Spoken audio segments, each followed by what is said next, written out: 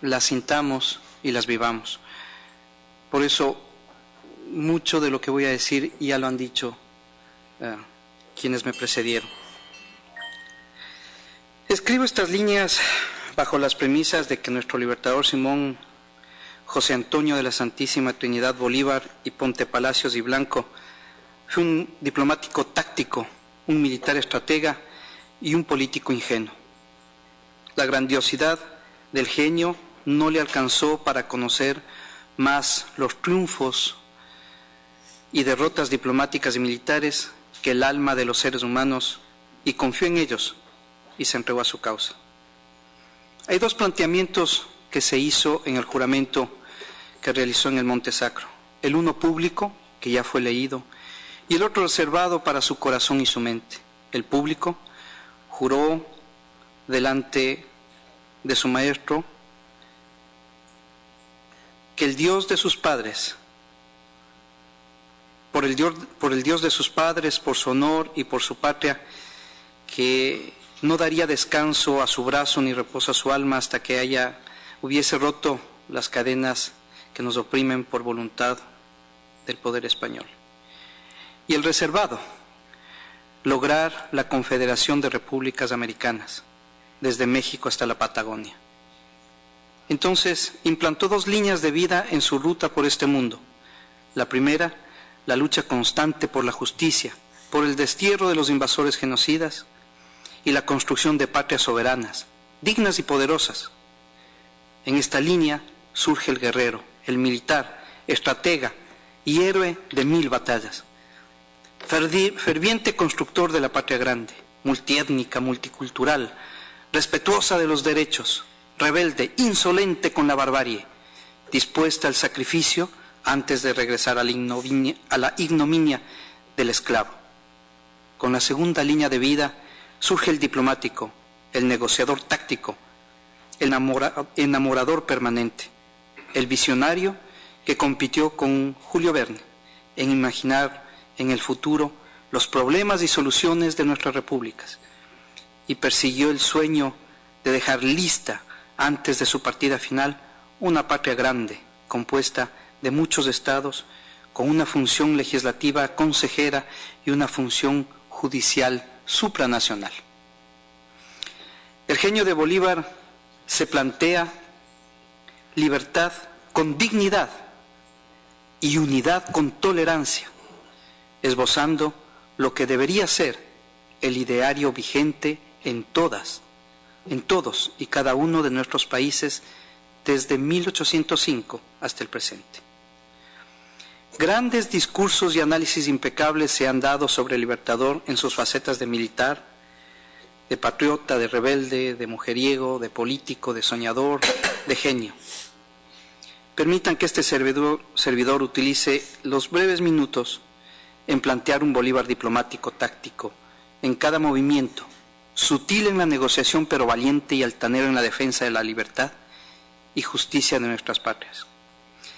Es necesario metodológicamente dividir la labor de Bolívar en cuanto a su faceta diplomática en la etapa independentista y en aquella etapa que siguió cuando ya se siente como un hecho consumado la libertad y los primeros pasos de las repúblicas. Se entiende que la visión de los independentistas abarca el espacio geográfico hemisférico y no únicamente la parte de la América española, pero la obsesión de Bolívar era conseguir la independencia de aquellos países conquistados por España. Sin embargo, en numerosos discursos y escritos, Bolívar, hasta su muerte, se puso como meta casi obsesiva, al igual que lo fuera para su precursor Francisco de Miranda, la unidad de todos los países, para el precursor, Francisco de Miranda, la unidad de todos los países independizados, es decir, la consolidación de un territorio libre, soberano, independiente y fraterno. Vio el padre de la patria grande la libertad entre sus dedos, pero al final de su vida, su sueño más elevado, la unidad de México, Centroamérica y las repúblicas suramericanas liberadas de España, se vio frustrado por guerras intestinas, intrigas, ambiciones y desunión que conspiraron contra este sueño, junto con factores internos y externos. El sueño de una confederación de repúblicas americanas organizada mediante la convocatoria de una gran asamblea de representantes de las distintas repúblicas emancipadas que se sentasen alrededor de una mesa para deliberar sobre el futuro de esta nueva entidad política, única en el mundo y ejemplificadora de fraternidad para la humanidad, anunciada por Bolívar desde su carta de Jamaica, había madurado lentamente en el pensamiento de Simón desde los reflexivos días de su destierro en esa hermosa isla. Ya entonces en la mente de Bolívar se vislumbraba a Panamá como una ciudad anfictiónica de aquel importante congreso y quién sabe, como la capital de la Confederación de Naciones que soñaba. Sin duda, con Simón Bolívar nace la diplomacia suramericana y especialmente la venezolana, colombiana, ecuatoriana y boliviana. En términos de paz, justicia, solidaridad, unidad y, en dos palabras, integración latinoamericana. El libertador Simón Bolívar no tenía formación de diplomático o negociador y tuvo que aprender durante la marcha la destreza de la diplomacia. Esto le llevó a ingeniarse para desarrollar relaciones internacionales cuyas bases, cuyos fundamentos no eran la fuerza militar ni el poderío económico, sino la justicia y la moral de la causa que él encarnaba por mandato espiritual de los pueblos oprimidos por los conquistadores. Afincado en sus principios, jamás titubeó ni se amilanó en su trato respetuoso, pero frontal con las grandes potencias de la época, con cuyos plenipotenciarios trató siempre en igualdad de condiciones. Con él termina la sumisión a los intereses extrarregionales. Bolívar inicia su vida pública con una misión a Londres en 1810 y esa labor diplomática la ejerce a lo largo de su prodigiosa vida, ya fuera personalmente con los más altos personeros de las relaciones internacionales europeas y americanas o ya a través de sus patriotas, colaboradores que le acompañaban en tan delicadas funciones de exhorto y negociación, ejes de la política exterior de las repúblicas liberadas. Es en 1810 que la Junta Suprema de Caracas envía una circular a todos los cabildos de las provincias americanas, incitándoles a contribuir la grande obra de la Confederación Americana de los Países Liberados de España. Con esta acción en la que toma parte Bolívar, se inicia por primera vez en el mundo una acción diplomática mancomunada para el logro de un objetivo común que no era únicamente la guerra, sino la construcción de un territorio próspero, pacífico y justo. Con el propósito de conseguir apoyo y recursos, la Junta envía comisionados ante el gobierno de Estados Unidos e Inglaterra, inaugurándose nuestro Simón como delegado a parlamentar con Inglaterra, mientras su hermano Juan Vicente partía rumbo a Estados Unidos. Mucho se ha hablado del comportamiento que Bolívar tuvo ante el secretario de Relaciones Exteriores del gobierno británico. Las versiones son contradictorias y no vamos a entrar a dilucidarlas. Simplemente queremos dejar sentado que los puntos en los que se acercan las distintas versiones es que el noble diplomático Bolívar se comportó con dignidad, defendiendo la soberanía de los territorios y pueblos que iniciaban las guerras de independencia. La misión que partió hacia Estados Unidos no tuvo el éxito deseado, porque el secretario Monroe fue muy claro en expresar la política de neutralidad que seguía los Estados Unidos respecto a España, la cual no les permitía prestar ayuda a los independentistas. Pero anticiparon que, sin embargo de esto, como habitantes de un mismo continente, deseaban con sinceridad el éxito de sus esfuerzos. Esta respuesta hace que Manuel Palacio Fajardo, miembro del Congreso de Venezuela y parte de la delegación ante el país norteamericano, diga: respuesta glacial la que hemos recibido. Algún día podrá servir de regla para nuestras relaciones con esta potencia.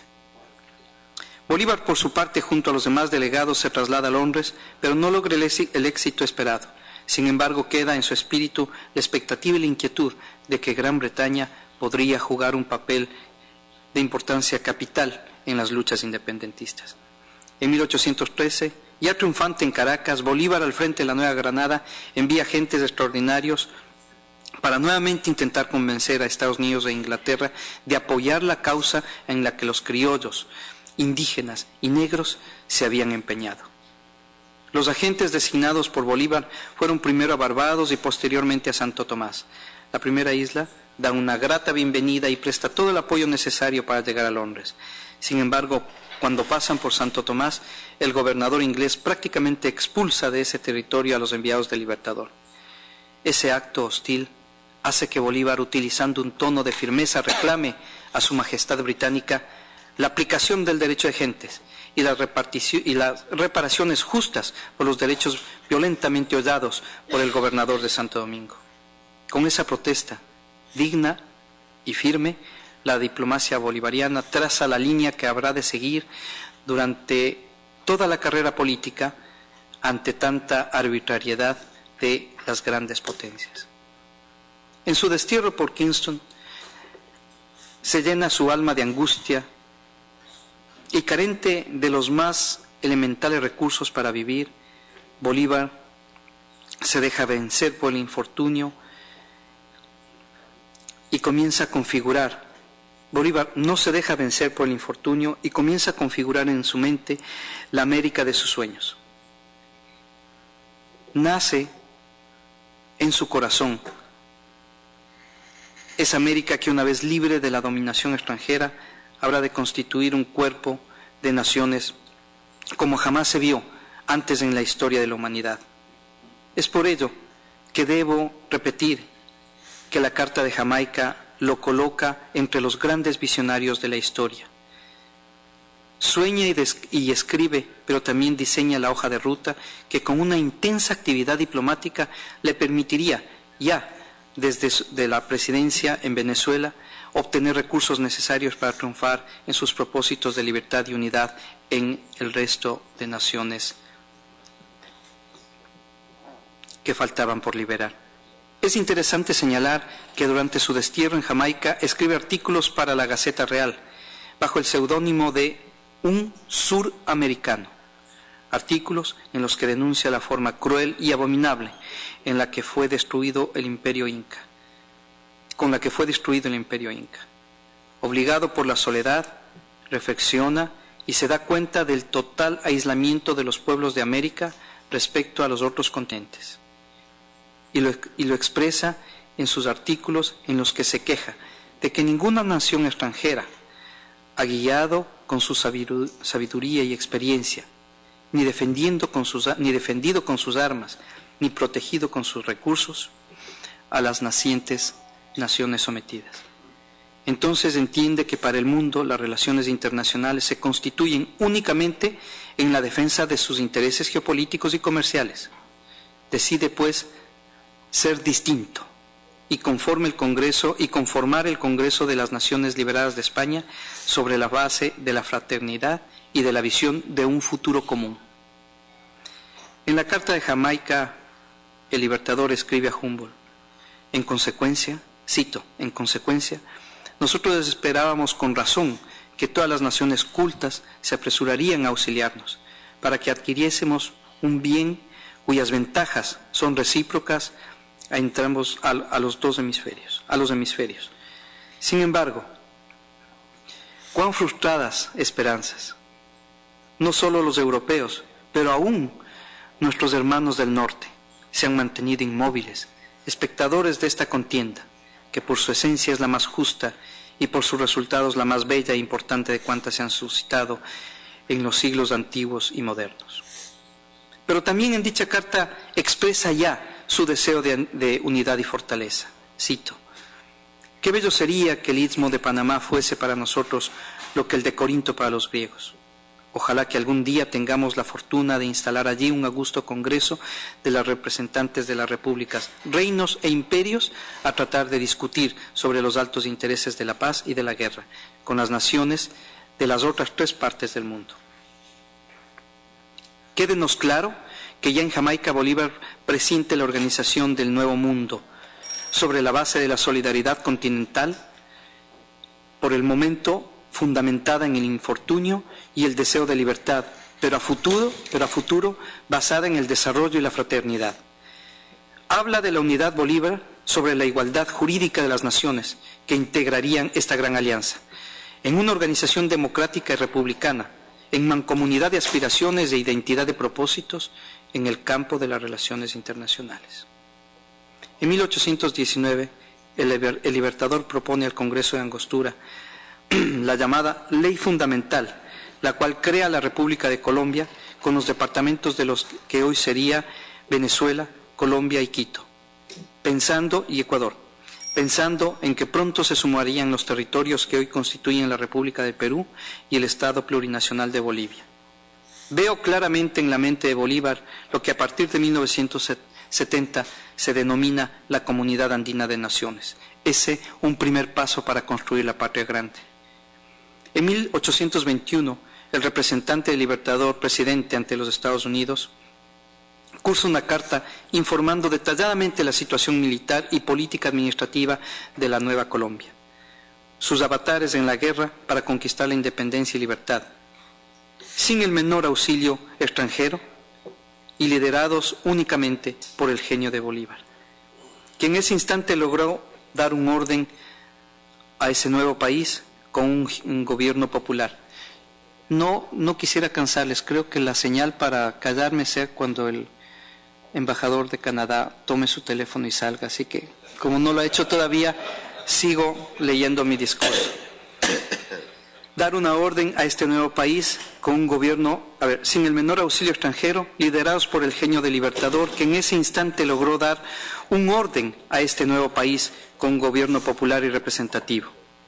Una constitución justa que conservaba los principios de libertad, igualdad y promoción de la prosperidad general. El representante Torres, representante personal del Libertador ante el gobierno de Estados Unidos, esperó más de 5 meses una respuesta para la reiterada solicitud de Bolívar de que Estados Unidos reconozca a Colombia como una nueva nación. En mayo, triunfan las gestiones diplomáticas y el presidente Adams de Estados Unidos recibe al delegado Torres como encargado de negocios de Colombia. Quisiera relatar brevemente otro capítulo en la vida de Bolívar que reseña el carácter empleado por el Libertador en su diplomacia. En 1818 llega a Angostura el señor Juan Bautista Irvine con la misión de obtener de la nueva patria colombiana indemnizaciones por los daños sufridos por las goletas Tigre y Libertad, pertenecientes a ciudadanos norteamericanos.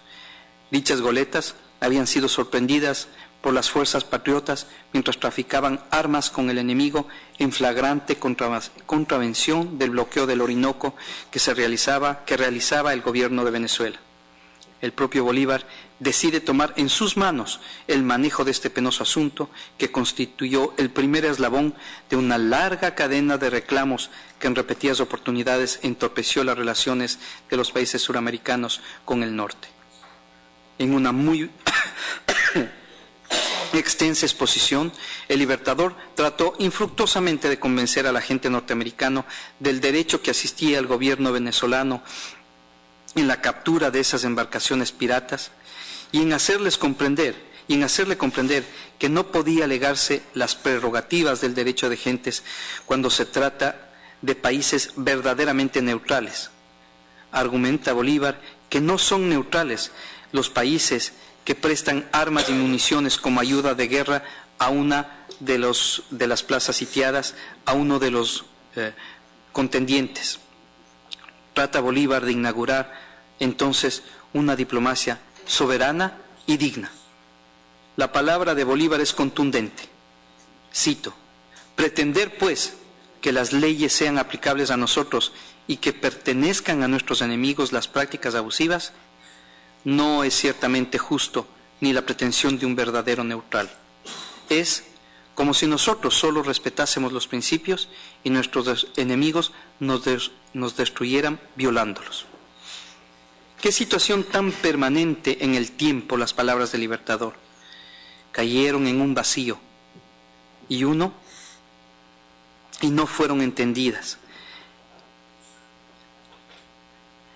La política de Estado en que las normas se crean para que los demás las cumplan y no para que los poderosos lo hagan, sino para que las normas sean utilizadas para controlar a quien no tiene poder, sigue vigente y es práctica común entre nosotros.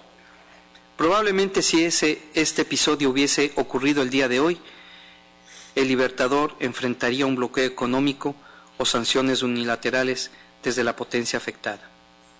Bolívar hace una propuesta que demuestra su carácter y pide terminar este enojoso litigio llevando el asunto para que sea sometido a un arbitraje internacional justo. He aquí que el genio ya tenía en su mente la necesidad de enfrentar los problemas entre los países de América con un sistema de solución pacífica de controversias, poniendo la herramienta del arbitraje como una alternativa a la justicia convencional interna que no quería ser acatada por las potencias. Regresando al tema que nos ocupa, debo recalcar que la lucha emancipadora de Bolívar no se limitó a los pueblos que formaron Colombia, sino que rápidamente se convirtió en el paladín de los pueblos ansiosos de cambiar el orden social imperante impuesto por las potencias imperialistas de ese momento. En Europa se crea la Santa Alianza. Las monarquías se juntan con el solo principio de defender la posesión de sus colonias en contra de la libre determinación de los pueblos. El Libertador estuvo consciente del papel que le tocó desempeñar en la historia. Cito: esta lucha no puede ser parcial, de ningún modo, porque en ella se cruzan intereses esparcidos por todo el mundo. La coalición de potencias en defensa de sus intereses, tras el nombre de la Santa Alianza, argumenta el principio de la intervención, incluso armada, contra cualquier Estado que levantara la bandera de la insurrección respecto al injusto orden establecido. Todas las grandes potencias europeas se agruparon por el terror de perder territorios y las almas esclavizadas, con excepción de Inglaterra. Simón entonces se da cuenta que en la escena americana la injusticia puede estar en cualquier parte y se compromete a enfrentarla junto al pueblo de la naciente Colombia, que agrupaba Venezuela, Colombia, Panamá, Ecuador y pronto Perú y Bolivia.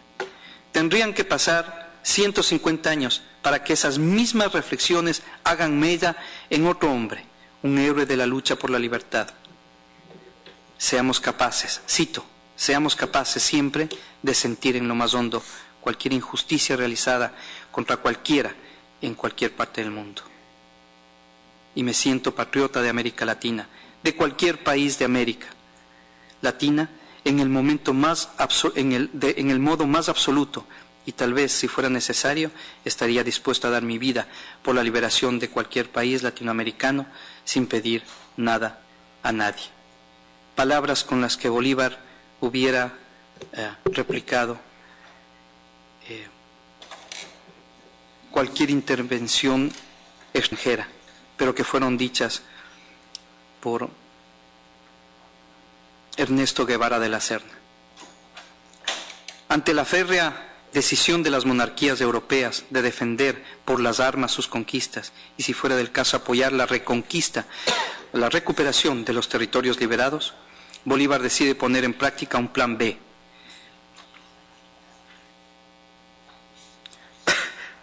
Que le permita seguir con los planes de unidad regional y apoyo mutuo entre las nuevas repúblicas suramericanas. Con ese propósito envía negociadores a España, presididos por el canciller de Colombia. Es del vivo interés del Libertador concluir la paz con el Istmo español a través de negociaciones diplomáticas.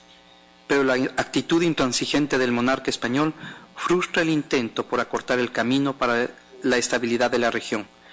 La guerra estaba llamada a continuar por varios años más. El coraje y tenacidad de Bolívar logra a la final con las armas lo que no pudo conseguir con la diplomacia. Triunfante forma Colombia con el territorio de las 4 naciones antes citadas. Entonces le angustia y regresa a ver al sur para comprobar que todavía falta mucho por liberar y por unir.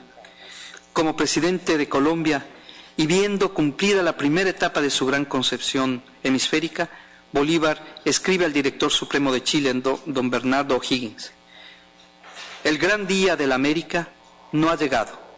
Hemos expulsado a nuestros opresores, roto las tablas de sus leyes tiránicas y fundado instituciones legítimas.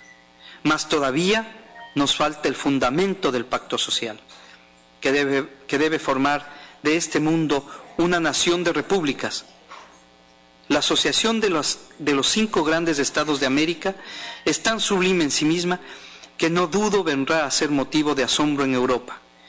¿Quién resistirá a la América reunida de corazón, sumisa a una ley y guiada por la antorcha de la libertad? Queda claro que la política exterior de Bolívar tuvo en la primera etapa como prioridad conseguir recursos y apoyo para las guerras de independencia y posteriormente como objetivo fundamental echar raíces de la gran confraternidad americana y preparar la Asamblea de Panamá. Para Bolívar, la América que sueña y a la que se refiere agrupa en una primera etapa a los países de Sudamérica e inmediatamente a Centroamérica y México. Jamás pensó en incorporar a este sueño de Estados Unidos, Canadá o Rusia, que en ese momento era la dueña de Alaska, y por lo tanto se encontraba dentro del continente. Avanzando en su pensamiento, mira muy tarde a Cuba y Puerto Rico como territorios de urgente recuperación para esa América que proyectaba construir. Muy tarde. Para cumplir con su sueño, Bolívar, ya como presidente de Colombia, establece en 1821 varios pasos necesarios para crear la conciencia americana favorable al Congreso en el Istmo de Panamá. Envía sendas misiones diplomáticas a Perú, Chile, Argentina y México. Los plenipotenciarios van dotados de todos los poderes de negociación y cada uno de ellos son muy cercanos al Libertador. Llevan decenas de hojas de instrucciones redactadas por Simón que ponen de relieve la importancia de una liga verdaderamente americana que pueda fortalecer esa patria grande desde México hasta la Patagonia. Las instrucciones incluían la autorización para negociar tratados y convenios comerciales basados en el principio de la reciprocidad, dejando entrever que Bolívar no estuvo apartado del pragmatismo cotidiano. La vida comercial de los pueblos es muy importante cuando se tiene claro el objetivo final, convertir el comercio en una herramienta más para la unión y bienestar de la gente. El Libertador instruía en sus escritos a sus delegados que insistan ante los gobiernos la urgencia de pensar en que dicha confederación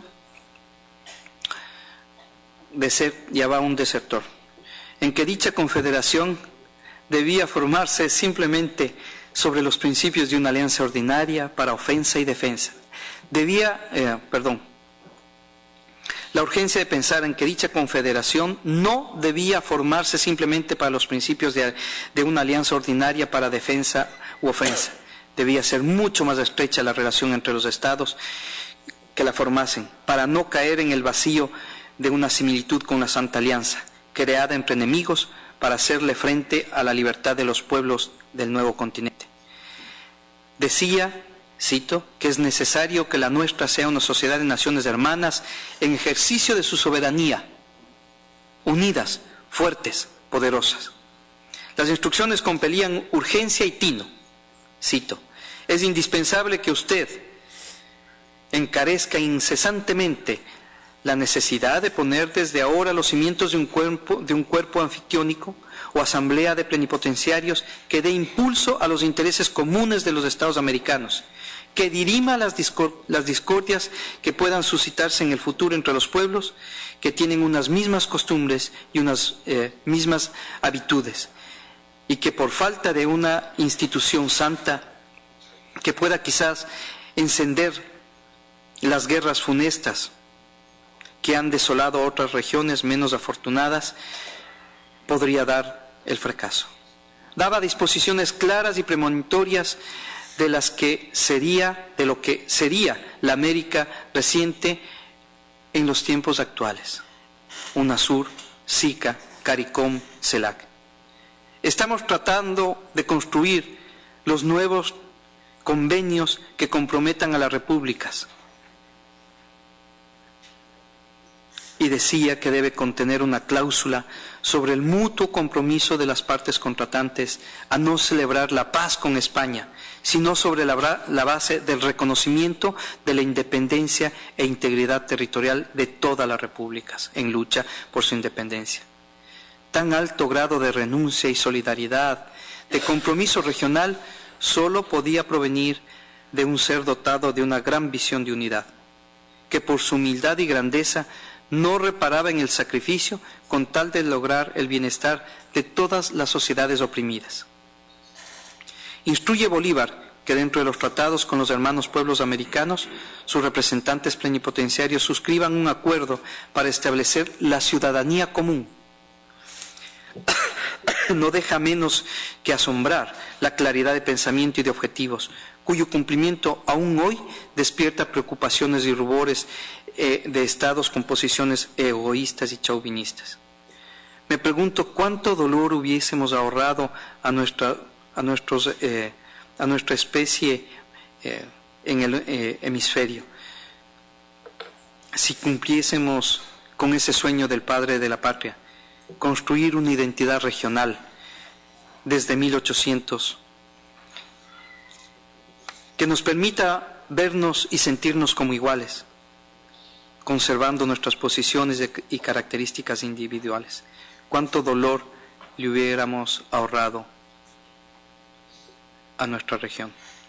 Bolívar, el genio militar y diplomático hábil, ponía su confianza y esperanza en que los funcionarios de la región estuvieran dispuestos a sobreponer el bien general al particular, apoyarse mutuamente en los momentos de aflicción o peligro. Cuán ingenuo fue el político, cuánta traición y agravio le esperaba, no de sus enemigos del viejo continente, sino de sus amigos de la patria grande en la que soñaba. Rogaba a las naciones republicanas crear una Asamblea General de los Estados Americanos que desde México se extienda por Centro y Sudamérica, estando en disposición incluso de ceder la soberanía conceptual al autorizar a sus delegados para que propongan a los países firmantes de estos tratados intervenir en los asuntos internos de otros estados en caso de perturbación del orden y la tranquilidad que pusiese en peligro la vida de dicho estado. Esa asamblea o congreso de plenipotenciarios de llevarse a cabo en Panamá debía servir de consejo en los grandes conflictos, de punto de contacto en los peligros comunes, de fiel intérprete de los tratados públicos cuando ocurran dificultades o malentendidos y de juez árbitro en sus disputas y diferencias. Soñaba entonces con la paz, pero tenía muy claro que no hablaba con ángeles y que en tanto seres humanos somos, con problemas y ambiciones, era necesario crear herramientas que mantengan la unión permanente, y una de ellas, sin duda, era la solución pacífica de controversias. ¿Cuánto tiempo, esfuerzo, recursos y vidas nos hubiéramos ahorrado de seguir sus consejos, perseguir sus sueños, transformarlos en realidades y vivirlos con responsabilidad generacional? Después de un largo trabajo que se mide en años de esfuerzos e insistencias, los plenipotenciarios firman sendos tratados y logran convocar al Congreso Anfictiónico de Panamá. Es decir, convienen en llegar a una fundación conjunta del nuevo orden latinoamericano. Comprometen su asistencia a los territorios que en ese momento formaban México, las Provincias Unidas de Centroamérica, Perú, Chile, Argentina y Colombia. Brasil, a pesar de su carácter imperial en ese instante de la historia, se muestra dispuesto a formar parte de la Alianza Perpetua, pero primero debía arreglar su disputa con Argentina por las tierras de la hoy ejemplar República Oriental de Uruguay. Pero esta convocatoria, a pesar de haberse logrado, no se concreta sino después de varios años. Es en 1824, ya como presidente de Perú y 2 días antes de la gran victoria de Ayacucho, que sus sueños de confederación americana toman cuerpo en la famosa circular enviada desde Lima a los gobiernos de Colombia, México, Río de la Plata, Chile y Guatemala. La circular llama a la unidad y recuerda que el único remedio de los males que aquejaban al continente era la confederación de las nuevas naciones. La existencia es el bien, el primero, y el segundo, el modo de existir, nos decía. Los portugueses habían conquistado una gran nación a lo largo de la costa oriental, región que recibió más tarde el nombre de Brasil. De modo que los brasileños, al lograr su independencia, establecen primero un imperio y después una república, que se encontraban en posesión de un enorme país continental, más extenso aún que el territorio que en ese momento ocupaba el imperio americano. término empleado por el señor Marshall, presidente de la Corte Suprema de los Estados Unidos de América, al referirse a su país. El Libertador deseaba ver representados en Panamá a todos los países latinoamericanos que habían declarado su independencia. Por consiguiente, a la América Española se sumaba Brasil, quien se mostró favorable a la propuesta de asamblea a pesar de su régimen imperial, pero en aquel momento estaba muy ocupado con ciertas negociaciones que tenía emprendidas con Gran Bretaña y seguía empeñado en solucionar con Buenos Aires su disputa sobre Uruguay, por lo que no asistió. A Panamá llegaron representantes plenipotenciarios de Perú, que incluía entonces a lo que es actualmente la República de Bolivia, la Gran Colombia, compuesta por Venezuela, Ecuador y el futuro Estado de Panamá, México y la América Central, consistiendo esta última en 5 grupos que son ahora las repúblicas independientes de Costa Rica, Nicaragua, El Salvador, Guatemala y Honduras. Sin embargo, la mayor parte de América Española recibió una invitación y estuvo representada de forma satisfactoria, aunque no a nivel de plenipotenciarios. La Gran Bretaña también fue invitada. Fue representada en el Congreso por su ministro en Colombia, aunque este funcionario concurrió con carácter de observador únicamente. El Libertador, por la desidia presentada en principio de su neutralidad, ni siquiera pensó en invitar al Congreso de Panamá a los Estados Unidos. Bolívar había fundado el Estado de Bolivia, que llevaba el nombre del propio Libertador, había liberado a Perú y había sido jefe de gobierno y presidente de la República de Colombia. Sin embargo, no pensó en invitar a Estados Unidos, no vislumbraba la unidad con ese país. Pero en su ausencia de Colombia, el gobierno estaba bajo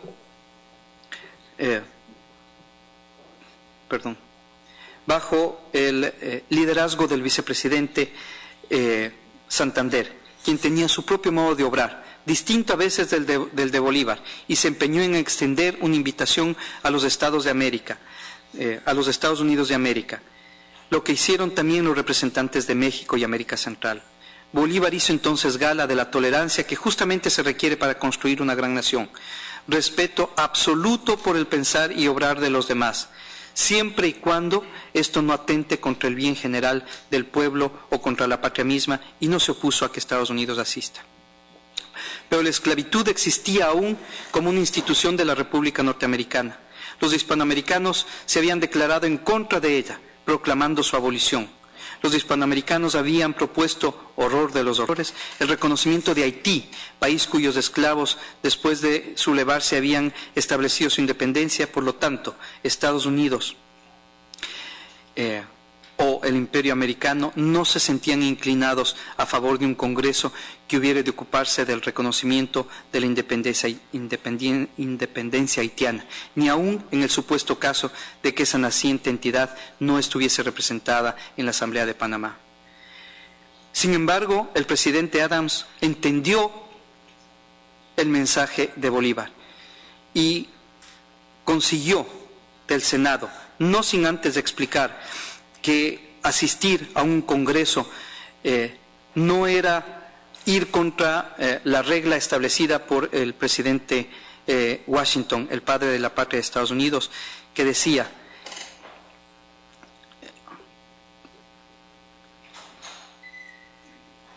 que es necesario evitar toda alianza comprometedora y todo enlace exterior innecesario.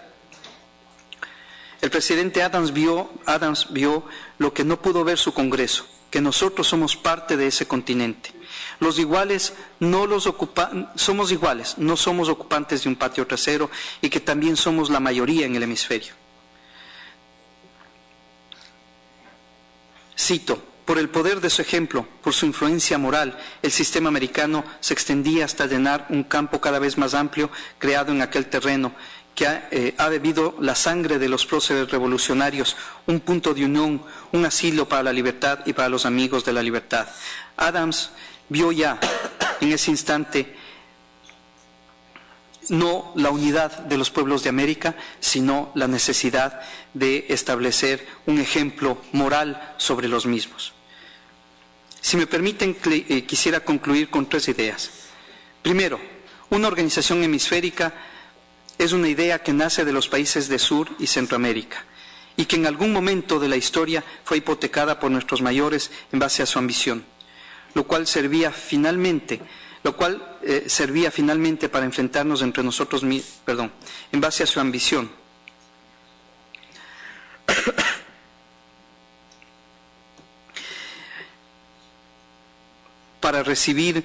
La cual servía finalmente para enfrentarnos entre nosotros mismos, en absurdas guerras por excusas limítrofes avivadas por un fuego oscuro, solo para dividirnos y mantenernos controlados, dependientes y débiles. Por eso este espacio debe ser declarado patrimonio, este espacio de unidad debe ser declarado patrimonio de los pueblos de Centro, Suramérica y el Caribe. Desde que Bolívar y los padres de nuestras patrias se sentaron en el Consejo Anfictiónico de Panamá, no recuerdo ningún momento histórico como el actual, en que nuestros países hayan estado tan fuertes, y no con la fuerza de las armas de destrucción masiva, sino con la fuerza de la paz y de nuestra unidad. Separados nos derrotan y humillan, unidos nos oyen y respetan. América dio la espalda a la dignidad y prefirió desde 1830 someterse a los intereses de Estados Unidos y Europa a cambio de visas, dinero y armas.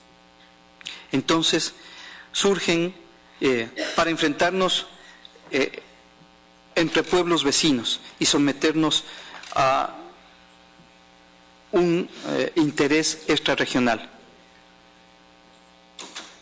La vergüenza recorre la memoria de Bolívar, que en estos 200 años los países que liberó no pudieron unirse.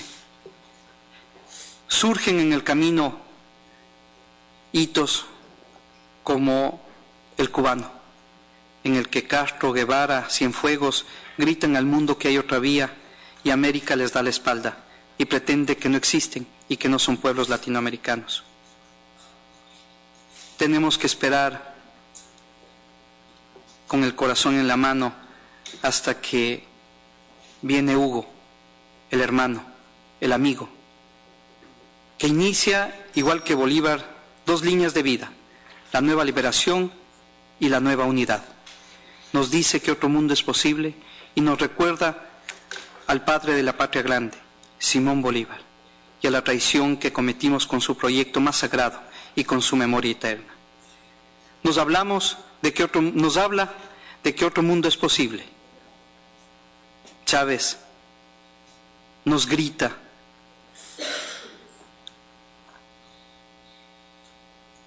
la necesidad de obtener para nuestros pueblos la unión y una segunda libertad.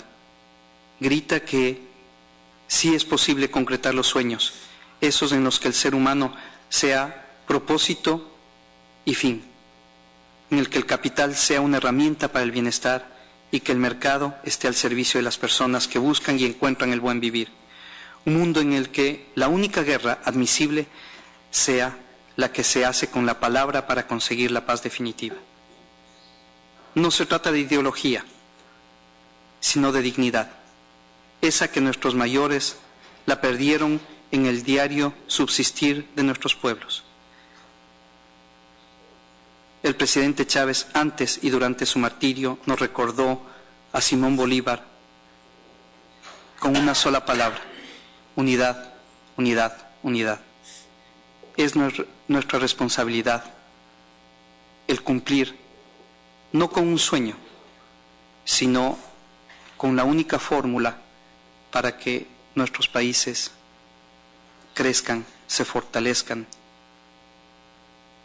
y prevalezcan sobre los males de la humanidad, la unidad. Gracias, señora presidenta, y mil disculpas por haberme extendido en mis palabras. Thank you, Ambassador, for your very comprehensive